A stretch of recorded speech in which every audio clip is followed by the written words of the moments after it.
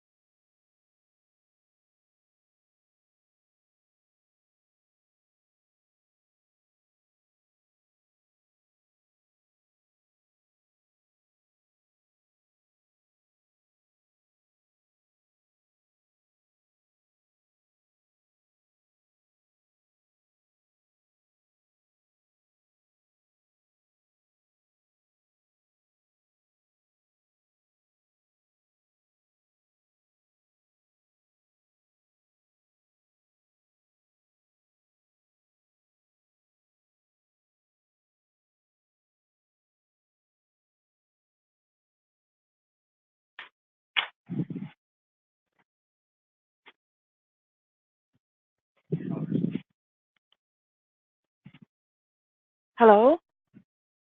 Hey. Hello. The webinar is going to start in about 1 minute or so.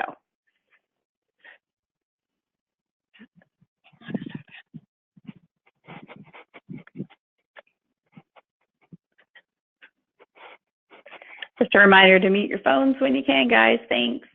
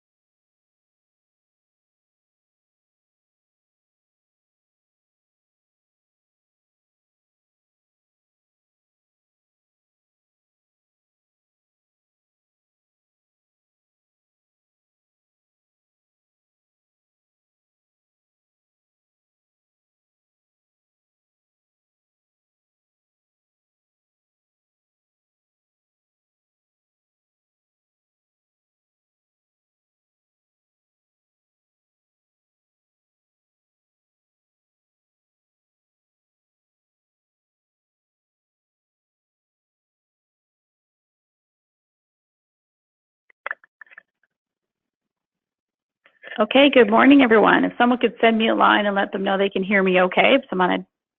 I'm working off-site, so I just want to make sure that it's clear. That would be great. Today, we're going to be talking about career management and personal development for this session and the next. If you can't hear me, somebody please send me a line. So I'm not talking into the abyss. That would be great. Just on the chat box would be wonderful. So I can know to keep going. So today we're going to be talking about career development, which is something that just somebody send me a line there just to make sure you can hear me. Please, someone send me a note. All right, I'll keep talking for a minute. Otherwise, I'll put a note in the chat to see if folks can hear me. I can't see anything coming up on the chat as such, although, there we go, thanks. Okay, perfect, a little delay on my end, apologies. Okay, today we're going to talk about career management. It's something that I know quite a bit about for not just my own career, of course.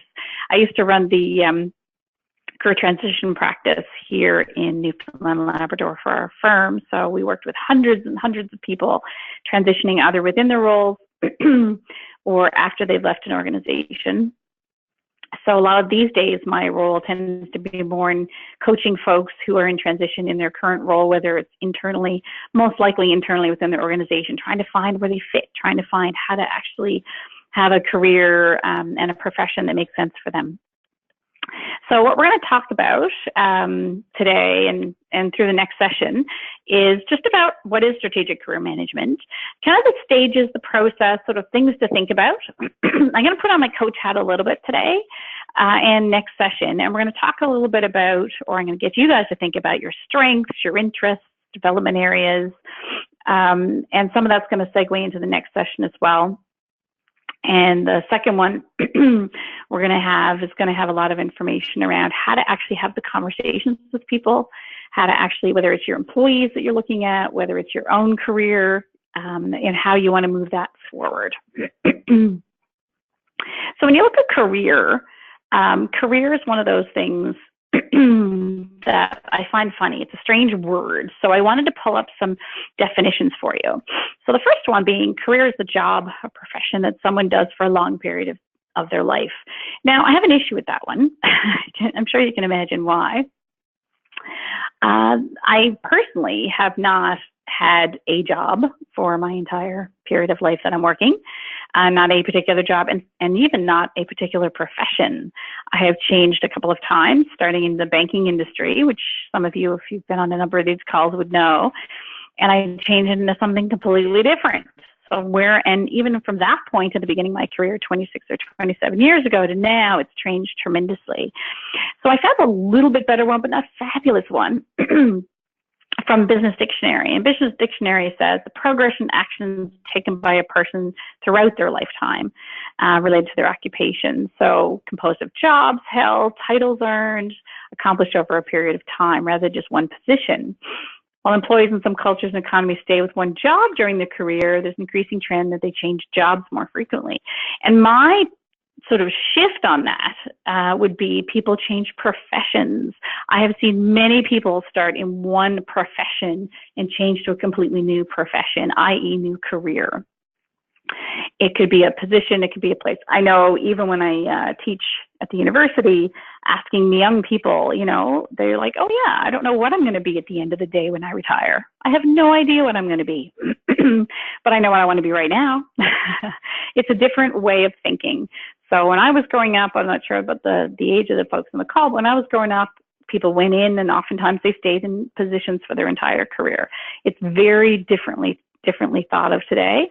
And most organizations are shifting based on that. As simple as just retirement plans, right?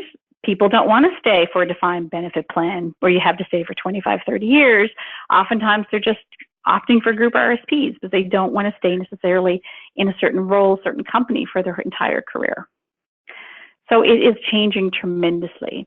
Traditionally, even this is way back when I think about tradition, this is like 100 years ago. You graduated. People often have jobs well before they graduate, but you graduated. You had your first major job. And then you went through sort of a transition of, what is this? What am I doing? Am I growing? Okay, well, obviously I've got to try to get into management. That's part of my job.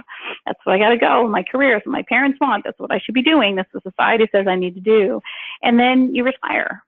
It's such a simple, when you think about it, it seems so simple, but it's actually quite narrow and actually was probably quite stressful for many folks, probably doing careers they didn't even enjoy.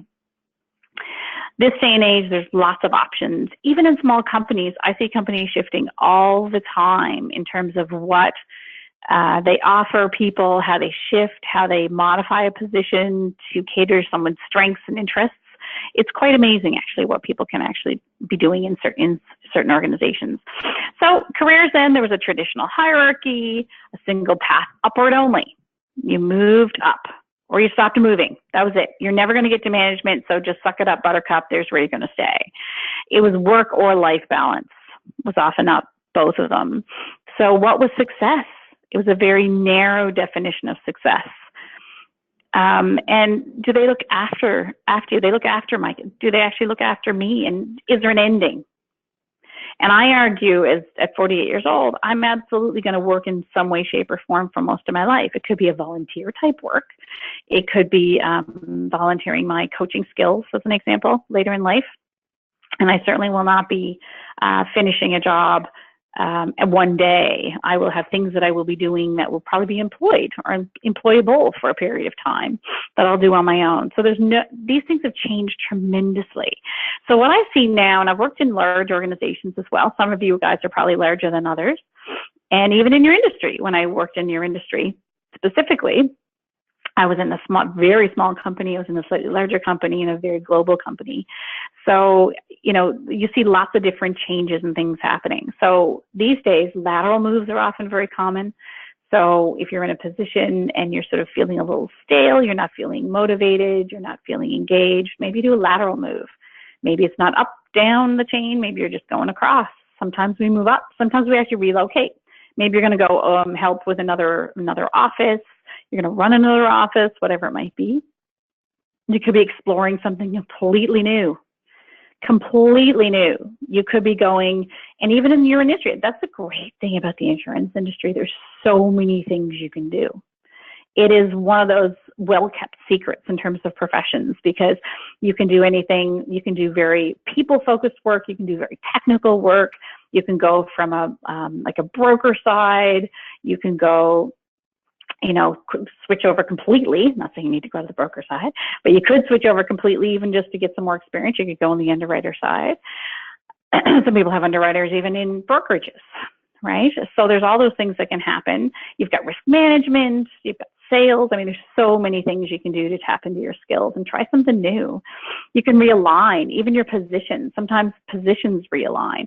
I actually was with a company last week, and they actually realigned a bunch of their positions. So they had sort of technical positions that also had a sales component, and then they switched it just to more sales component because of technological change.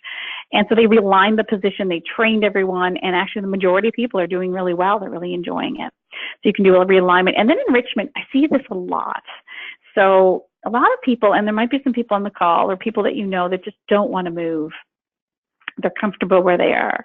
And when I've worked with people like that, whether I'm their leader or I'm coaching or doing team development or anything like that, all the things that I do, it's how do you make it a bit better? How do you make it so that it's something that you really want to tackle the next day, something a little bit of a challenge, but just enough to get you tempted.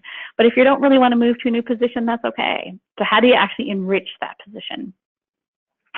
So when I think about all the ways that we go around, you go up, you go down, you go all around, think about your own career to date. You could be in the industry now for a couple of years. You could be in the industry for 25 or 30 years. So my career to date has been like a game of chess, because I just want to take you to take a couple of minutes or a couple of seconds, I guess, just to think about that. Think about what that could be for you.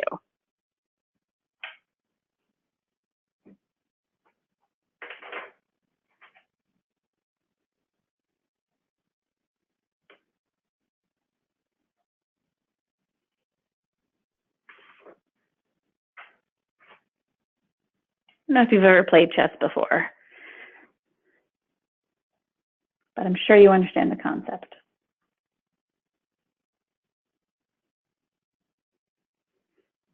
And by all means, stick it in the chat should you feel inclined. I have a limited screen here, but I can probably catch things if they fly by in the chat. Things in chess, if you've ever played. I used to play a lot when I was a kid. My daughters are both just learning chess now. There's often not obvious moves. There's moves that can go forward and backward. They can go sideways. They can go diagonally, and they can even go like the rook. Is it the rook? Oh goodness, I can't remember. The one that goes up and across. So you can actually have lots of movements in lots of different directions. Do you plan? So chess is about planning. Do you actually plan 5 moves ahead? Some people don't, by the way. Some people have lots of joy in not planning. But have you planned? Did you plan to be where you are? I can honestly say in the insurance industry, of course I was with brokers as well, but on the insurance industry in general, people generally didn't finish high school and say, I'm going to be an insurance professional. Yeah, send a note in the chat if you were one of those people. I'd love to know. I want to ask you a question, don't worry. But if you're someone who actually said, that's what I'm going to be, oftentimes people end up in the insurance industry. It's like that little jewel hidden, and then they realize, oh my gosh, this is a great industry to be in. I can do so many different things. So yeah, did you actually land there? right? Is it something you planned? Did you actually plan for this to happen? And also in terms of chess, it makes me think about when I work with my clients around, did you plan the moves or did someone plan them for you? Did somebody make a move that gave you an opportunity? So how did it work? Were you in the driver's seat or not? Career development really doesn't just happen. So now years ago, you were supposed to stay in a role forever. Pretty well you had to wait for the nod, right? Could I possibly, if I work really, really, really, really hard, I'll be able to move up. But now it's not like that way. It's very different. People have to take control of their careers. They have to be able to say, I want to have this and why. They need to be able to say why they're good at something and why that applies to a certain position. You need to be able to sell yourself. So that's what we're going to tackle today. Figure out what you're actually good at, understanding how you're going to tackle it, how you're going to make the next stage in your career. What does it look like? And again, no pressure. I'm seeing so many wonderful professionals who are just going, no, I don't want to be a people leader anymore. I'm good just to go off and be that technical leader on the side, or I'm fine to do this. I can be in a team. I don't need to be a leader. Or if I've been a leader for 30 years, or I'm being a leader for 20 years, or vice versa. I've been 25 years on a team and I wouldn't mind stepping up a little bit, or I wouldn't mind trying out a new skill and maybe I'm going to take on maybe I'll try claims for a while. Whatever it might be, people are starting to branch out a little bit. There's hopefully comfort within an organization. You can do that, but it's how you tackle it. Don't expect it to come to you. So when I work with clients, I just thought I'd share this, and I'm going to get you to think about it for a little bit. This is something that it's around purpose, really, but I don't want to get too sort of high level and, in terms of purpose and theoretical. But it comes into what you love to do, what you actually love, what your strengths are, but also the practical things about what the world needs and what you get paid for. So let's just start with what you love.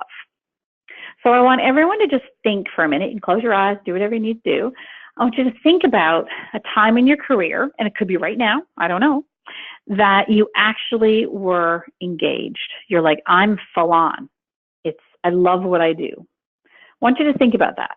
When in your career did that happen? It could be 25 years ago. It could be a year ago. It could be today.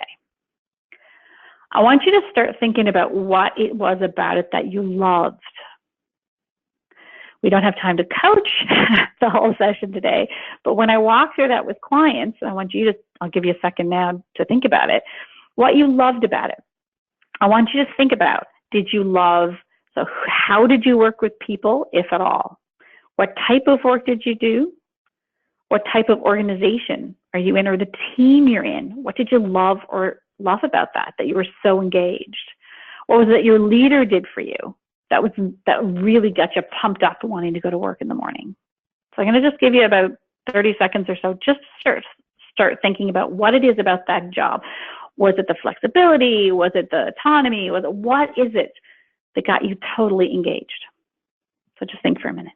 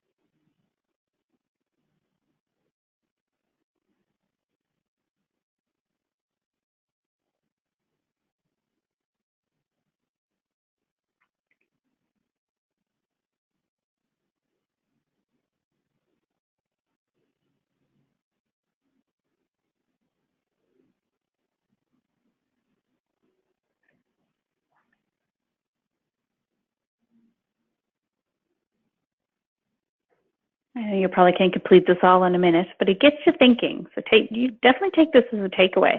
I could be walking through that one element with someone for 15 or 20 minutes, talking through what is it specifics that they loved. about it? What engaged them? I was actually talking to a client, it was really funny, who's a bit disengaged at work. It happens a lot, you know, coaching clients, you know, senior person just not feeling it. So we're trying to sort of take apart what is it about that. So the role isn't great. There's things about it the person doesn't like, etc. So, you know, and it's funny, she made this great comment. She said, I'm just pillow hugging. And I said, what do you mean you're pillow hugging? Can you explain that to me? And she said, I wake up in the morning and I just want to hug my pillow. And I said, okay. And I said, to what end? And she said, I just don't want to go to work. So we had to tackle that in terms of what it was that was stopping her from wanting to go to work. And then tackling what does she love and what's missing, right? What's missing from what she loves to do. And she's off on a track in her career that may not be exactly where she needs to be. So then that ties into what you love to do, ties into what your strengths are. I mean, I could love painting, but I can tell you right now, I don't think I'd make any money at it. I don't think most people would think it's a strength of mine, and yeah, maybe the world could need it. I don't know. But either way, what my strengths are, what is it you're really good? Everyone has superpowers. Everyone has things that they do super well. Are you extremely organized? Are you detail-oriented? Are you great with people? Are you good at giving presentations, right? Are you very planned and process-driven that you can drive something through project-wise? Whatever your strengths are. So I want you to take a second and just write down some of your strengths. And there's some superpowers I know in the call. So what is it that most people would say you're really good at?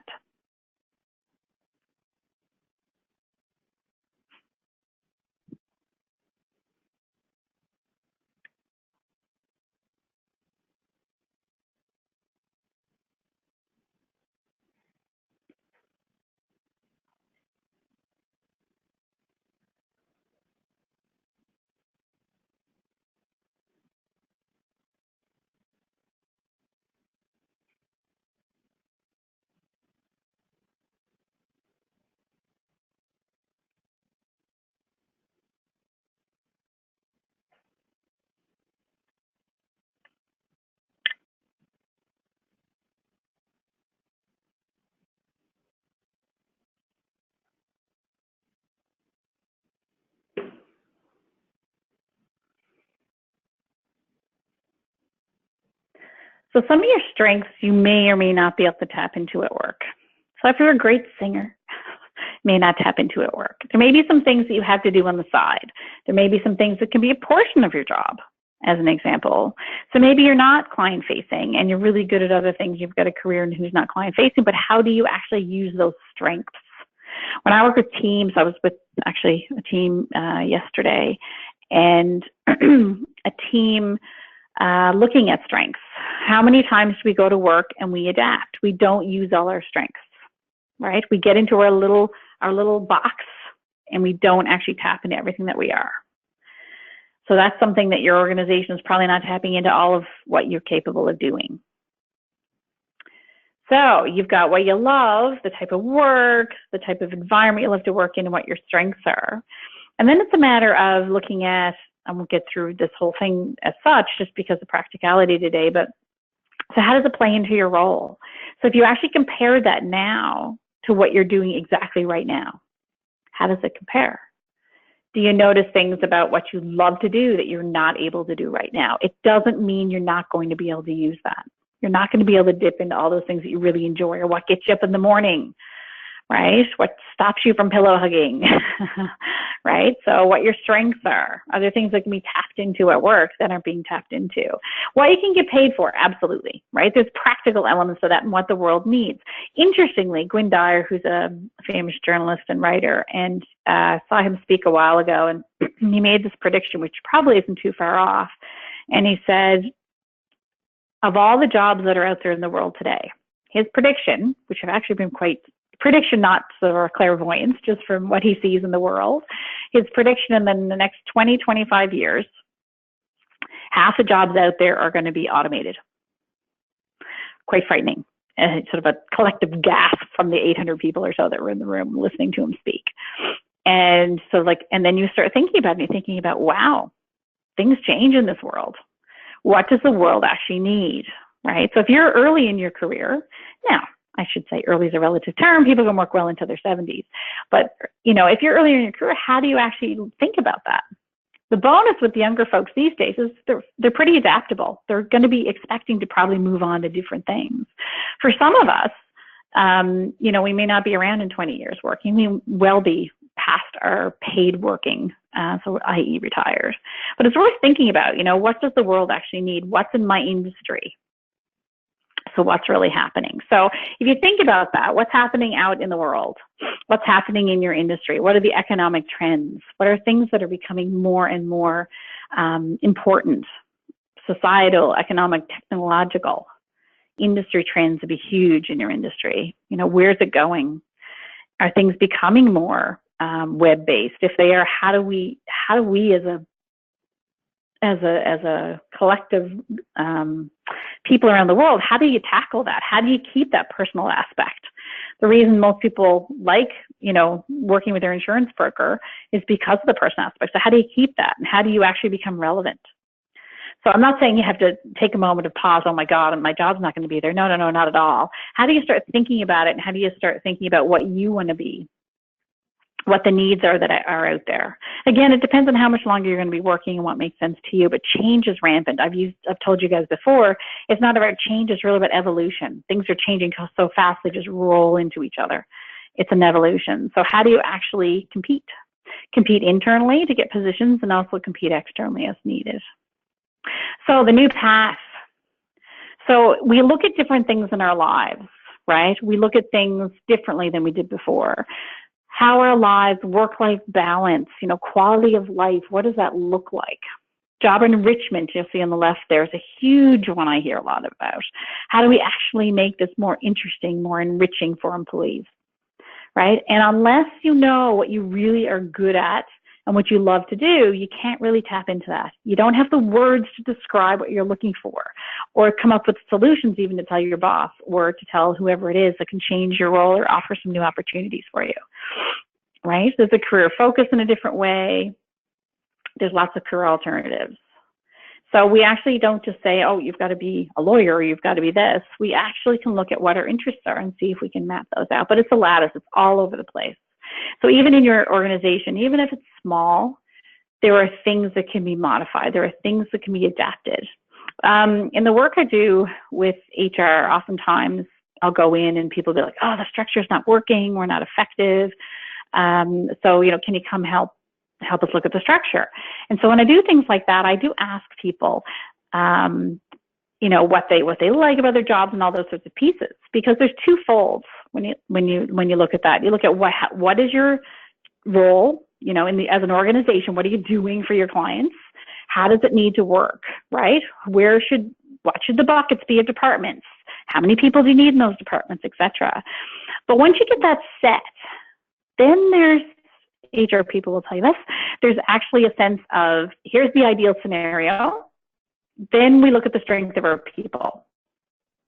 So say you're a person in the organization who's a little unique. You're not going to fit into that box perfectly, and you're not going to fit into that box perfectly. There is the ability to modify, right? It's not ideal for black and white people don't like this, but in HR, it's a lot of gray, right? So how do I test? So if there's a Tina, and Tina works super well with people, and she really works well with this and that and everything else, but the job, we don't have that type of job. Well, there is a catering to that. There is an element of how do we find a way to keep her? We really think she's a great employee. We love all the strengths that she brings. How do we tap into those? So you actually can tweak positions, which is very common now. It's not like it used to be. We don't fit into a position perfectly. Often the position gets molded around us. Okay, so that's more common these days than, 100 years ago, they never did that at all. So change is hard because people overestimate the value of what they have and underestimate the value of what they may gain by giving that up. So we often think people will be like, oh no, it's fine just the way it is.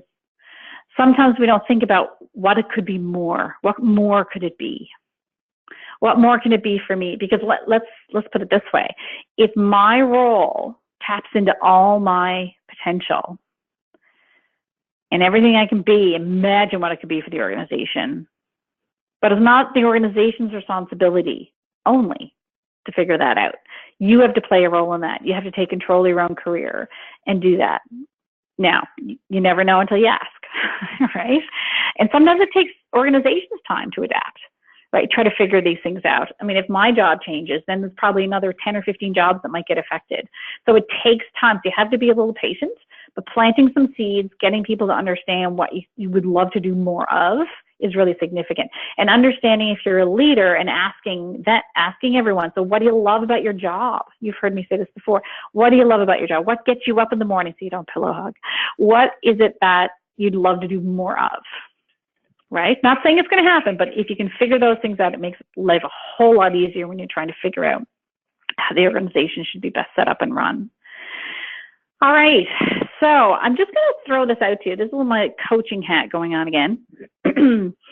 So I want you to think about, what does career success mean to you? So I've been working a lot lately with people who are closer to retirement. So they're probably, 10 years out. So they're starting to think about what success really means. So when I retire, how do I want to feel when I walk away? What do I want to think? What do I want to feel about my career or understand about my career? What do I want myself to feel, and what do I want other people to feel?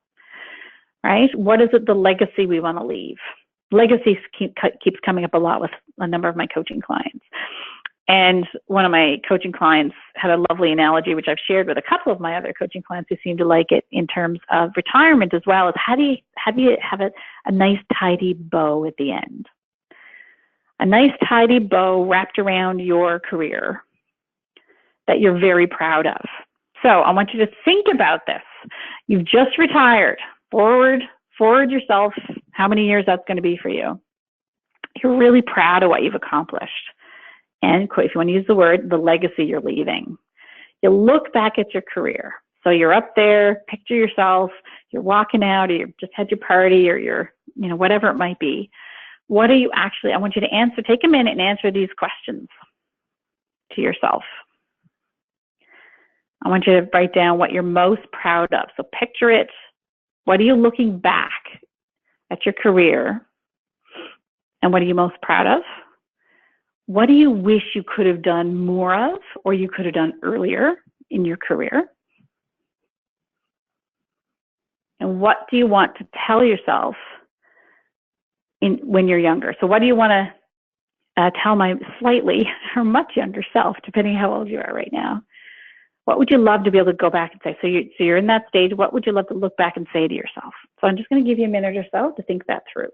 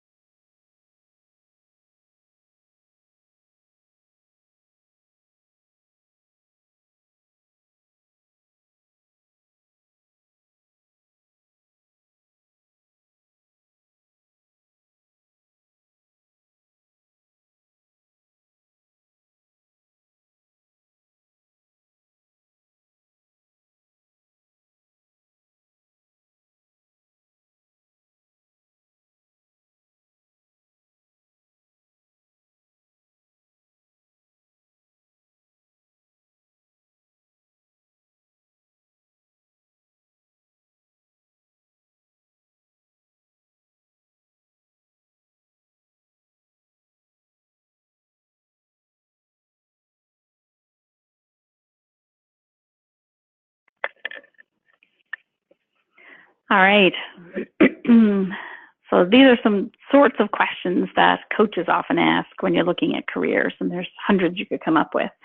It really stuck with me when I was doing coach training years ago, many years ago now, and we did this exercise, and we had to actually see ourselves in retirement and how happy we were and everything else, and then we had to actually say what we were proud of, and it really stuck with me in terms of, we get so caught in the day-to-day, we really lose focus sometimes on what we want to do. And going through that one exercise for probably an hour in coach training 15 years ago has actually led me to where I am today. So we had to actually map it out. Again, we don't have time for this. I would do it more individually with people. But you map it out. You sort of think about, well, yeah, what am I proud of? What am I noticing? What am I feeling? And then you look back at what you accomplished. And it's amazing how it sticks with you. These sorts of things can really stick with you. So hopefully I actually opened the door a little bit there for you to start thinking about what that could be for you. Again, it's hard to do a coaching session on a webinar, but hopefully it'll help you start thinking a little differently. So our careers, I don't know how many people on the call have at least 10 years under their belt. But what happens oftentimes is that we get stuck a little bit. And I put this up there because I hear people, when I've seen people's resumes over the years and helping with their career transition practice, we had a team. And so even just, working with the team on, helping people get new jobs and change into something that they're really excited about, we often get stuck. So people get stuck on education. People get stuck on, either I don't have education or this is where I'm educated. So my first degree was in marketing. My second degree was in HR before I went on to my designation in coaching. So I definitely shifted things. Now, it's not to say you can't use it in some way, shape, or form. And I've used the marketing degree and my understanding of marketing in other ways, in working with people, understanding from a strategy perspective, working with clients and that sort of thing. But it's not something that defines me. So, understanding what your education is or isn't, don't get too caught up in that. And one thing I will say too, when you've been in a career, some of you may have say, well, I've got a high school diploma. I don't have a college degree or a university degree. But I've got my designations. That's great. Or maybe you don't even have your designation yet, right? A lot of times, now it's a little bit different with industry-specific designations, like IBANs and things like that. They very much help you move along in your career. The other components, not so much. After about 10 years or so, it's only so relevant. It might be a requirement in a management position, but who's to say that they're not going to train you? There's extraordinary push now in research around understanding the younger generations and expectations and how it's playing into the world of work. And one thing is that they actually don't want to go and spend money on education. They want the employer to do it for them. So again, you might think, oh, that seems so, oh my gosh, I hate the word people use when they say that's so entitled. But it's not in a way, because it helps you cater to the career you're in or for the role you're in. And then if that doesn't work, you can go on to a new one. So just to think about it, we get caught up in the vision that we had when we were younger. I wanted to be a lawyer. I took a few law courses in university, and that pretty well cut that out. We change our vision, we change our education, but the goals, there should always be career goals that you have. If you're happy in your role and you just want to enhance it a little bit, there should be a goal. If you want to be your boss down the road, there should be a goal. If you want to switch into another side of the business, there should be a goal, right? How it aligns with your values, things that mean things to you, and your interests and your skills. So it all sort of ties together, but don't get trapped in that. That's why I wanted to put this up. Don't get trapped in thinking that's where you have to go. All right. We're finishing up now in a couple minutes. It won't be as in your head next time, I promise. We'll get very practical takeaways in terms of how to manage this sort of stuff. With career development, oftentimes when you work with younger folks, you see things like this. You see about know yourself, your strengths, and, check out different industries and, set plans and take action. This tends to be more the model that I would use, if you were looking for a job or if you're younger in your career. We're going to look at it a little differently for the last few minutes here. We'll start on it and then we'll finish it the next time. We're going to get somewhat practical here, actually. in terms of understanding how you sell yourself, how you understand the value that you bring. What does your brand need to be, right? How are you being viewed by others? How do you build your network? And how do you actually have the conversations with people to make your career happen for you?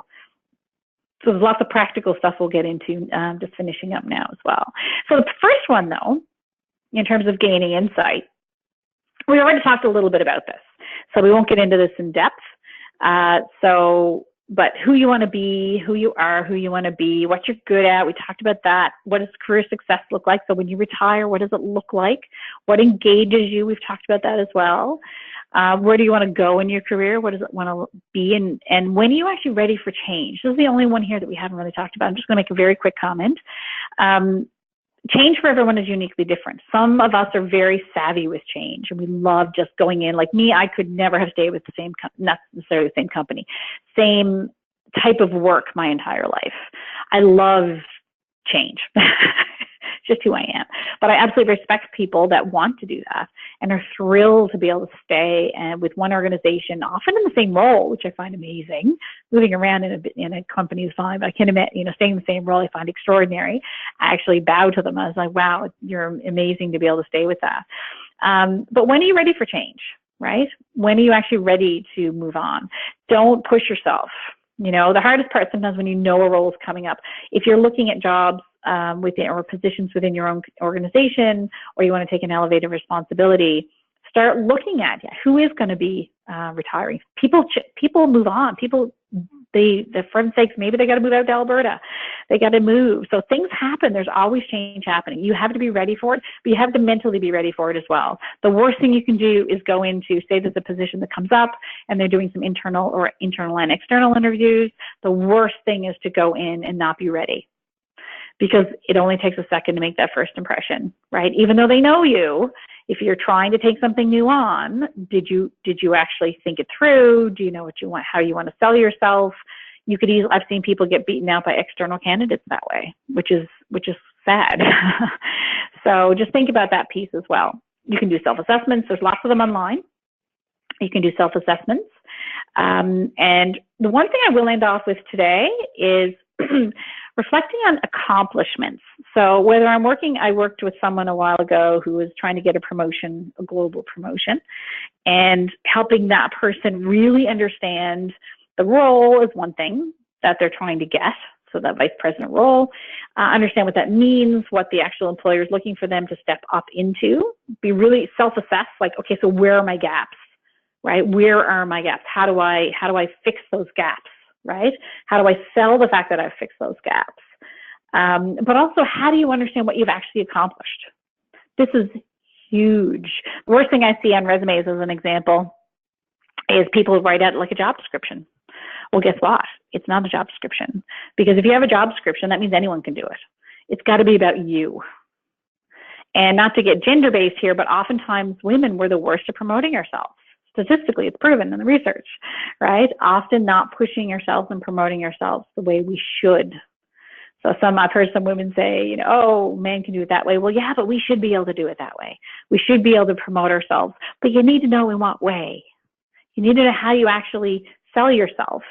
I don't mean being a salesperson, but selling yourself in terms of what you've actually accomplished. So identifying your accomplishments, if nothing else from a career perspective, remember this, okay? When you're talking about things that you've done in your career, think about all the different projects, all the different things that you've done. What did you actually accomplish? So in other words, if I was competing against you, you and I are on the same team, and we're competing for a job in the organization, because it is a competition, then if I'm going into an internal interview or an internal discussion with my boss around that position, I absolutely should be able to say all the things that I've done, because guess what? Not everybody notices. Not everyone is going to know all those great things that you do. What makes me better than you? How am I better? What is it that I can do and sell myself on that makes sense for me to get this job? Okay, it's significant.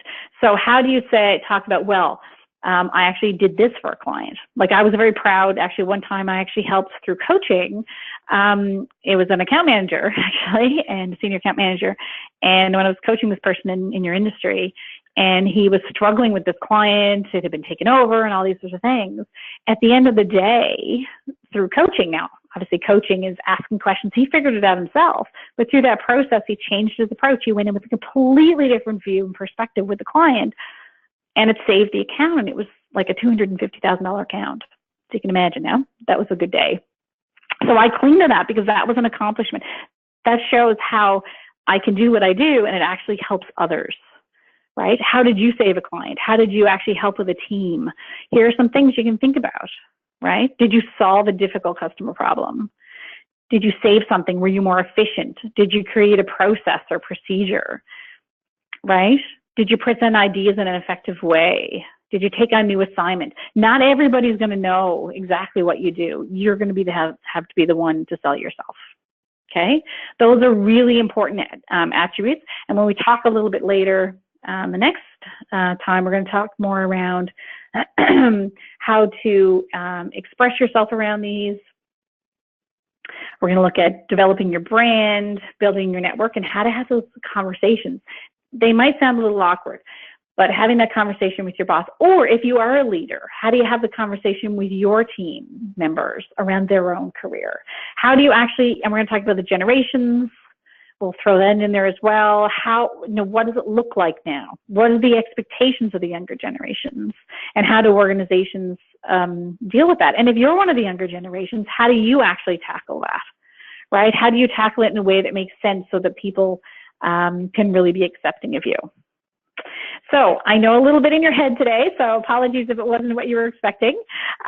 So hopefully the next time, though, we'll definitely get into some very practical tips around career development. And hopefully, if nothing else, you walked away with at least thinking about all the things that you're good at.